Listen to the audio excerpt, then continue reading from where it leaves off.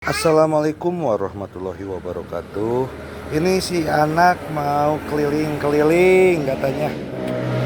Bab 487 teknik akupuntur ini sangat familiar. Yunlan, dokter sedang merawat paman kedua di dalam, jadi jangan masuk dulu. Kata Liu Xianglian, Ye Yan yang berada di samping diabaikan olehnya. Perlakukan saja dia sebagai pengikut Ye Yunlan. Ye Yunlan mengangkat alisnya. Dokter macam apa yang bisa kamu undang, jika kamu tidak bisa menyembuhkan penyakitnya tetapi menunda kondisinya, aku tidak bisa membiarkanmu. Kemudian, dia menoleh ke arah Ye Yan dan berkata, adik, kamu harus pergi dan menunjukkannya pada kakek kedua nanti. Setelah dia selesai berbicara, dia melihat Sun Dahuan menunjukkan senyuman bangga. Sebelum dia bisa berkata apa-apa, pintu terbuka. Seorang lelaki tua yang tampak luar biasa dan bangga keluar, mengangkat kelopak matanya dan melihat sekeliling. Hah, aku sudah bertahun-tahun menjadi dokter. Kalau penyakit yang tidak bisa kusembuhkan, maka tidak ada yang bisa. Dia memiliki rambut beruban dan janggut panjang, dan dia terlihat seperti orang bijak. Tapi sikapnya merendahkan, seolah dia tidak bisa memandang rendah siapapun. Brengsek, Ye Yuntian berseru. Saya pernah melihatnya di TV, bukankah dia Tuan Shibata Chai, dokter pengobatan tradisional Tiongkok terkemuka di Haicheng? Ye Yunlan juga terkejut. Shibata ini juga merupakan sosok yang terkenal, kemampuan akupunturnya sangat baik dan telah menyembuhkan banyak penyakit serius, termasuk kanker. Hanya saja orang yang diperlakukan oleh orang ini pada dasarnya adalah orang kaya atau bangsawan, dan orang biasa tidak dapat menemukannya sama sekali. Oleh karena itu, sebagian orang selalu mengatakan bahwa Shibata memiliki etika kedokteran yang buruk. Namun, dia tidak peduli. Anda sebenarnya bisa mengundang Tuan Chai. Ye Yunlan sangat terkejut. Sun Dahuan memutar matanya, ini terutama karena anak dari Universitas Beihang ini membantu. Dia masih belum lupa apa yang seharusnya dia katakan. Kilatan keraguan muncul di mata Ye Yunlan. Logikanya, Sue Beihang tidak bisa mengundang Shibata sama sekali. Apa yang terjadi sekarang? Faktanya, Sue Beihang berbohong kepada Shibata dan mengatakan bahwa dia dan Ye Yunlan sudah bertunangan. Shibata memperlakukan orang kaya, dan dia telah mendengar bahwa putri tertua dari keluarga Ye memiliki kekasih masa kecil, jadi dia setuju untuk datang ke sini untuk membangun hubungan dengan putri tertua dari keluarga Ye. Namun, dia bisa bersenang-senang di keluarga kaya, jadi dia tentu punya metodenya sendiri. Shibata tampak bangga dan melirik ke arah Ye Yunlan. Gadis kecil, aku melakukan ini demi ketulusan keluargamu, tapi aku juga memiliki harga diriku sendiri. Dia menoleh dan menunjuk ke arah Ye Yan. Kamu tidak bisa mempercayaiku, tapi kamu membiarkan anak bermulut kuning seperti itu merawat pasien. Ini merupakan penghinaan bagiku. Wajah Ye Yunlan sedikit menjadi gelap, tetapi pihak lain setidaknya adalah orang terkenal. Jadi dia menahan amarahnya dan berkata dengan tenang, saya membuat kesalahan, dan saya tidak akan kehilangan 1 sen pun dari biaya pengobatan. Tapi sekarang, tolong biarkan adikku masuk dan melihatnya. Setelah mendengar ini, wajah Shibata langsung berubah menjadi dingin. Dia sebenarnya dicurigai, apalagi yang menggantikannya ternyata adalah seorang anak muda. Jika ini menyebar, di manakah wajahnya? Shibata menatap Ye Yan dengan dingin. Bagaimana mungkin anak seusiamu berani mengaku tahu ilmu kedokteran tanpa takut lidahnya tertiup angin? Kamu...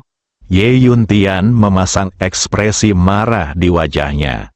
Tapi Ye Yan menggelengkan kepalanya untuk menghentikannya, lalu berkata dengan tenang, sebaiknya kamu kembali dan bertanya pada kakak laki-lakimu sebelum kamu berbicara seperti ini lagi padaku.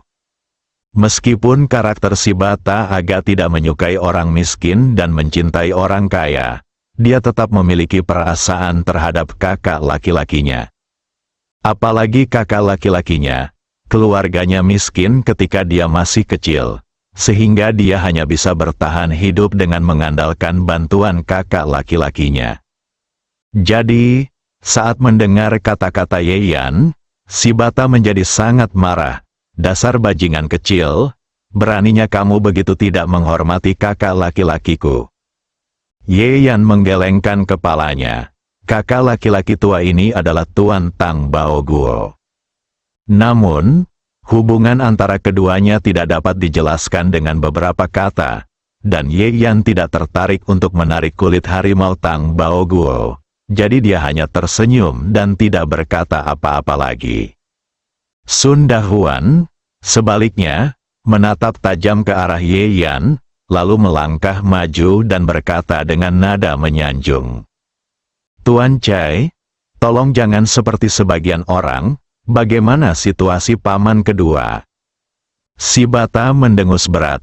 Bagaimanapun, dia datang ke sini untuk menjalin hubungan baik dengan keluarga Ye, dan dia tidak berniat terlibat dengan Yeyan.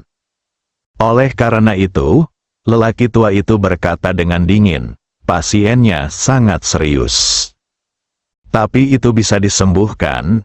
Begitu kata-kata ini diucapkan, tidak hanya Sun Dahuan dan Liu Xianglian yang bahagia, tetapi bahkan Ye Yuntian pun terlihat santai. Tahukah Anda, lelaki tua di rumah itu telah diberikan surat pemberitahuan penyakit kritis. Jika dia bisa disembuhkan sekarang, dia bisa menyelamatkan nyawanya. Kalau begitu biarkan Tuan Cai mengambil tindakan, Sun Dahuan berkata dengan tidak sabar. Setelah dia sembuh, dia bisa meminta uang kepada Ye Yunlan. Namun, Caita menoleh untuk melihat Ye Yunlan. Wanita tertua dari keluarga Ye adalah orang yang paling ingin dia jilat, dan tidak ada orang lain yang penting. Ye Yunlan tanpa sadar menatap Yeyan. Yeyan berkata dengan tenang, jika dia yakin, biarkan dia mencobanya. Dia tidak pernah berpikir bahwa dialah satu-satunya di dunia yang dapat menyembuhkan orang lain. Jika Tuan Cai ini benar-benar memiliki dirinya sendiri, biarkan dia menyembuhkannya. Bagaimanapun, dia akan menyelamatkan orang pada akhirnya. Ye Yunlan lalu mengangguk ke arah si bata. Lalu ada Tuan Lao. Meskipun Caita tidak puas padanya karena meminta pendapat Yeyan, dia tidak berani menandainya. Dia segera mengeluarkan kotak jarum dan masuk ke kamar. Yang lain mengikuti. Si bata membuka ikatan pakaian lelaki tua itu di tempat tidur dengan postur yang bagus. Lalu dengan hati-hati menusuk daging kering itu satu persatu. Yeyan mengangkat alisnya, teknik ini sangat familiar. Ya, inilah 5 jarum agregasi yang dia serahkan kepada Tang Baoguo setelah memilahnya. Yeyan menggelengkan kepalanya. Si bata ini hanya mempelajari pengetahuan yang dangkal tetapi tidak mempelajari intisarinya. Meski cukup untuk mengobati beberapa penyakit serupa, penyakit Ye Yunlan, kakek kedua, sangat serius, dan tidak dapat disembuhkan dengan akupuntur Wu Yang Xing tingkat ini. Benar saja, saat si bata menyuntikkan jarumnya, lelaki tua itu tiba-tiba gemetar di seluruh tempat tidur. Si bata masih berkata dengan tenang, tidak apa-apa, ini hanya fenomena biasa.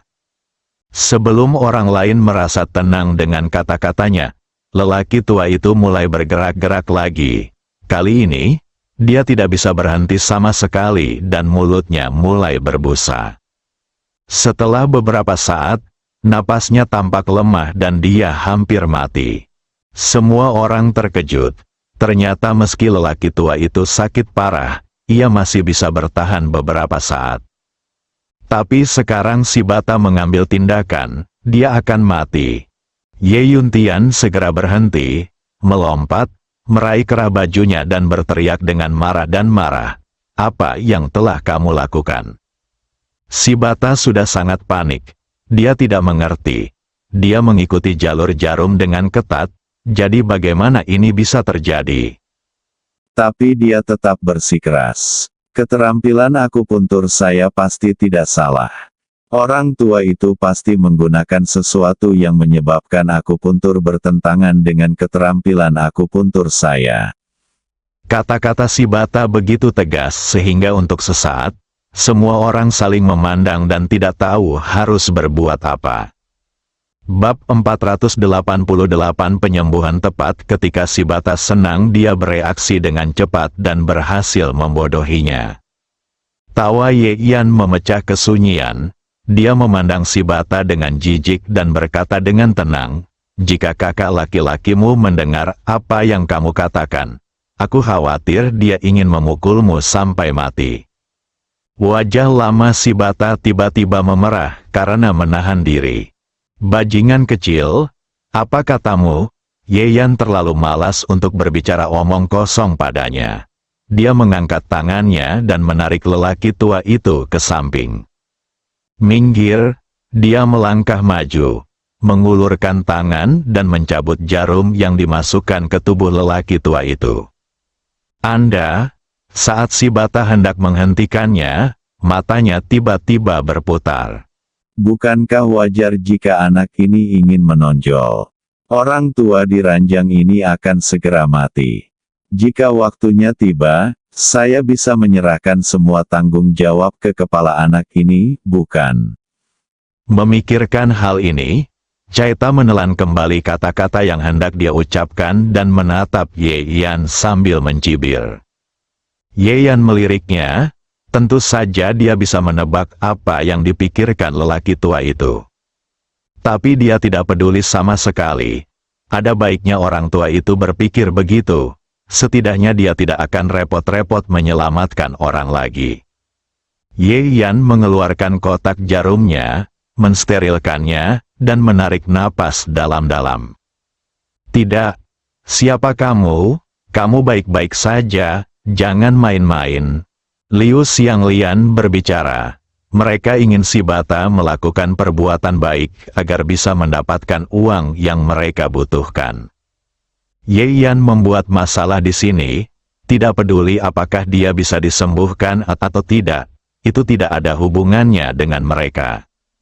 Kali ini, sebelum Ye Yan dapat berbicara, mata dingin Ye Yunlan tertuju pada paman dan bibinya. "Diam atau keluar." Nada suaranya sangat dingin. Ekspresi Liu Xianglian dan Sun Dahuan berubah, dan mereka sangat marah.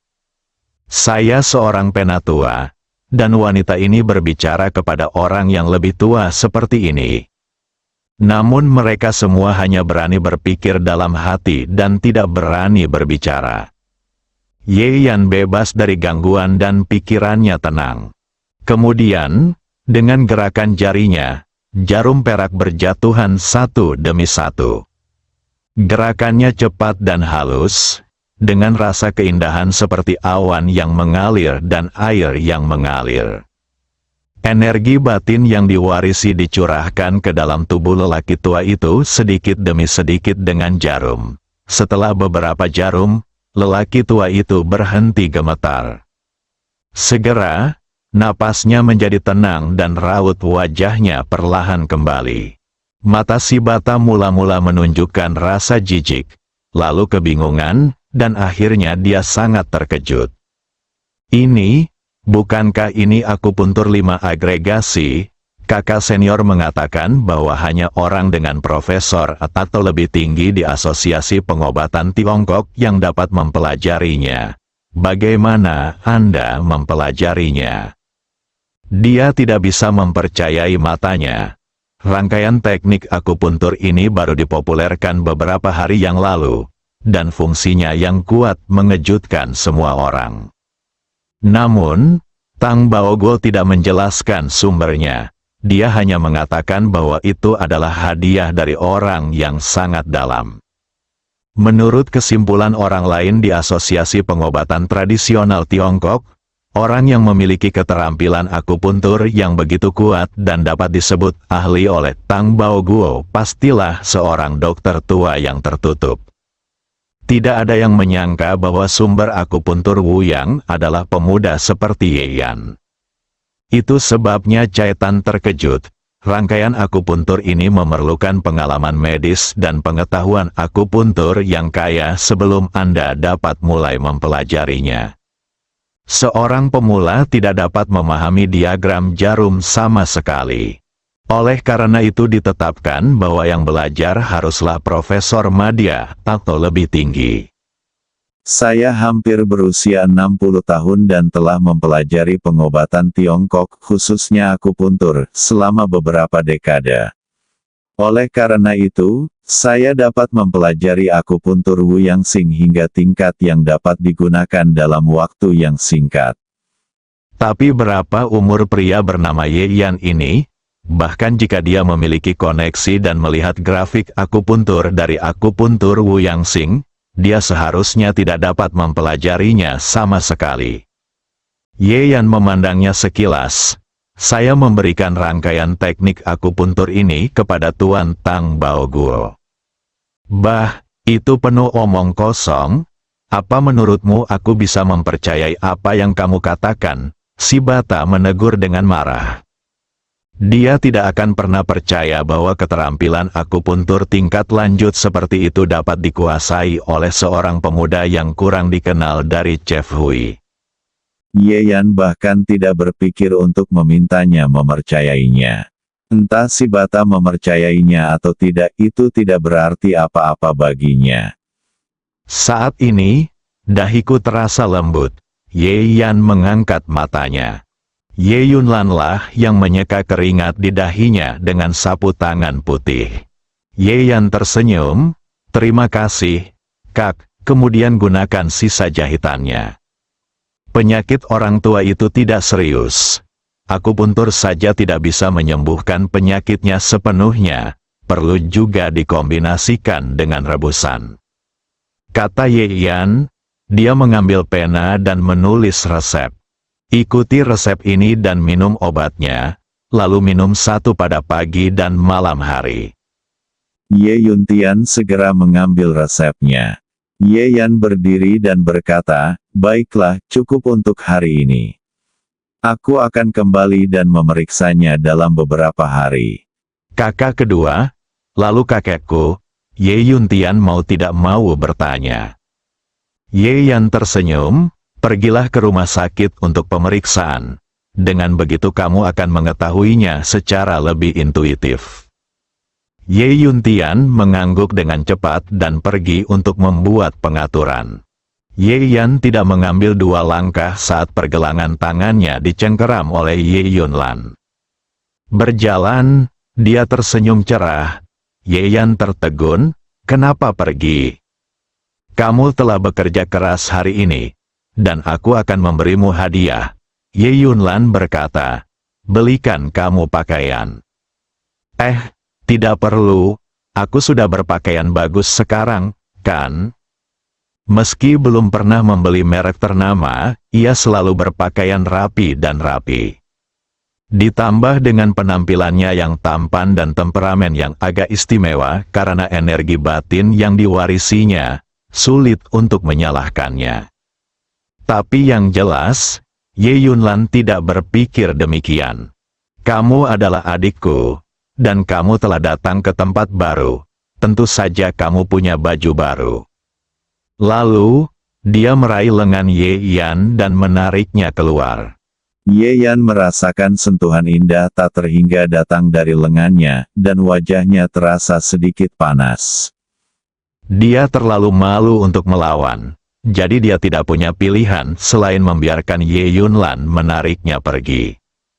Kedua orang itu keluar, hanya untuk menemukan bahwa Sue Beihang masih berdiri di luar dan belum pergi. Jelas, dia sedang menunggu hasil si Bata agar dia bisa mendapatkan bantuan di depan Ye Yunlan.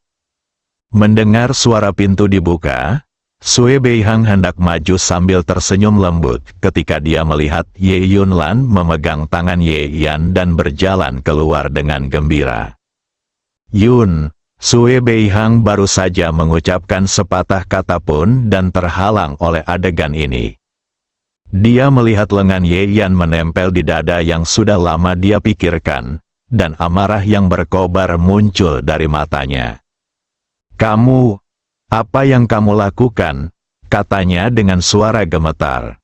Ye Yunlan meliriknya, seolah bertanya-tanya mengapa orang ini belum pergi. Dia berkata dengan tenang, "Pergi berbelanja." Sue Beihang dengan cepat berkata, "Haha, kebetulan aku sudah lama tidak berbelanja. Bisakah kamu membawaku bersamamu?" Ye Yunlan meliriknya dengan tatapan aneh, lalu langsung menarik Ye Yan ke dalam mobil. Sue Beihang baru saja hendak masuk tanpa malu-malu, tapi dia tidak menyangka mesin Ferrari itu menderu dan kemudian melaju pergi, hanya menyisakan sedikit knalpot mobil. Sue Beihang berdiri di sana dengan pandangan kosong, wajahnya memerah karena marah. "Sialan, Ye Yunlan, kamu sangat tidak tahu malu."